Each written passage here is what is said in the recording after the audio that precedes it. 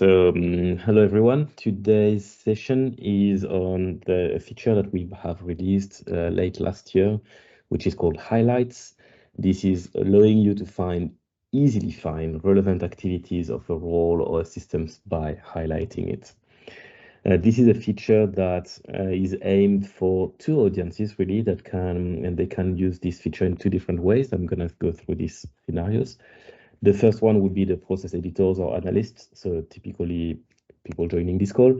So us as doing process mapping work for organization, whether it's ours or customers' organization.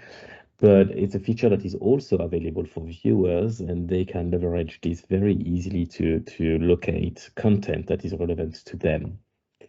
So it works by selecting roles or systems, and they will be highlighted everywhere they are mentioned in the workspace. So this is something that you can switch on once and then leave it on. I find it very good as an editor when I want to double check where a given role or system is actually used through the process map. For example, to run through a scenario or a business case or a change that we're doing in organization, and we want to understand the scope of this change. I also find it quite nice as a viewer to see, all right, where are all the processes where my role is mentioned? What are the processes where I can find some content that is relevant to me, namely where my role is named? I will show you how it works now. So this is something that we enable at the workspace level for each user, and then we can toggle the roles. So what I see on the bottom left menu that we have here, we have a new menu called Highlights that, again, everyone can see, everyone who has access to Skore can see. And the first thing it asks me is, do you want to enable highlights or not? So let's do that. And then I don't know if you noticed, but the content became gray out because the counterpart of the highlights is that everything else will be grayed out. So now let's go and highlight stuff. So if I'm clicking on the roles here, it will show me the list of roles of the process. If I know what I want, I can just click on the search and type to filter out the list. But let's play the role of a buyer today. I'm gonna check this box.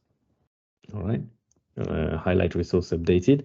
And now if I scroll down my map, I see that I have a little, I can close that on the left, and I see that my drill down icon is highlighted. So it is catching my attention, which is all I wanted. So let's go in this process to actually drill down into it. And then I have an example process map, a real one, a sort of a procure to pay high-level process. And then I can see that the couple of activities where my role is mentioned are highlighted with my actual role even more highlighted, so that it brings my attention to this piece of content. So again, this could be beneficial in two scenarios, I think. If you're actually a buyer in your organization, or all the activities are easy to find, or if you are running some transformation and then you would like to check the relevance of all the activities for a given role, this can be a very quick and easy way to make them stand out. So for example, once I understand that the buyer has two boxes on this process, I can go and switch maybe for the procurement people, let's say the procurement coordinator, enabling the highlights for them and then seeing where they are involved or not. Maybe the procurement manager, I could use the filter at the top to go a bit faster. Procurement manager as well, so you can enable more than one role at the same time. And then I see my procurement manager tasks. So let's uncheck them. Okay, so now let's say that I want to find some content actually where the procurement coordinator is. If I go back to the workspace level, so from the process from anywhere, you can either click on the top right corner on the logo, your workspace logo, or on the actual workspace name. You can see that it also highlights here at the workspace level. It will tell me, all right, look in this folder, in the drop-in session, in the finance, in HR, and in quantify. In all these folders, there may be content that is relevant to you.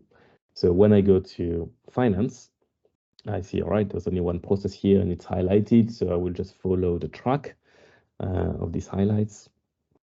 And then again, same idea as before.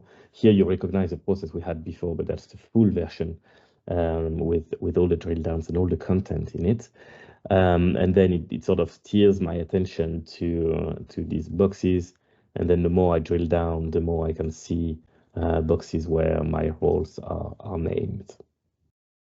Okay, if I go back here, I can see as well here the SAP. So why I have this box? Because I think I have a highlights on the systems. Actually, I have a highlight on the SAP system. That's why these boxes are highlighted. It's turned off. And in terms of roles, yeah, procurement coordinator. So now we are 100% on the procurement coordinator, like this box and this box.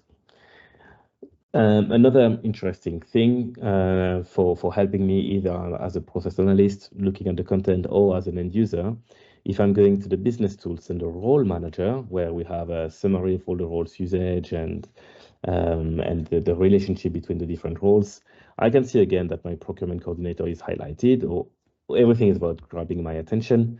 I'm going here and I see, all right, the procurement coordinator, everywhere I have my role that is mentioned. It's easy to catch, easy to see, for me to better understand where this role is used, what is this relationship of this role or system, actually works for systems as well, to in my process, in my workspace. So the feature can also be used at the workspace level. So here I'm in just the role manager of this process, procure to pay, but we can also use it at the workspace level. If I'm going to the main role manager of the entire workspace, we can see, well, actually, I have a little shortcut here, show me your highlighted roles, which will filter out the list. Procurement coordinator, and again, everywhere this procurement guy will be highlighted to make it easy for me to find the roles relevant. I can have one or more roles selected. So if I do the buyer as well, that's fine. Actually, I need to do in all roles. All roles is the one that takes a little while to load. But at this all role level, where it actually counts how many times a given role is used, I can also highlight from there. So very, very easy. There's a number of places in the application where you can toggle on or off these highlights for the process. This is a nice little feature that is available now as we speak in the product for everyone, for every plan. So I hope you can make sense out of it. Thank you, everyone. Have a very good rest of the day.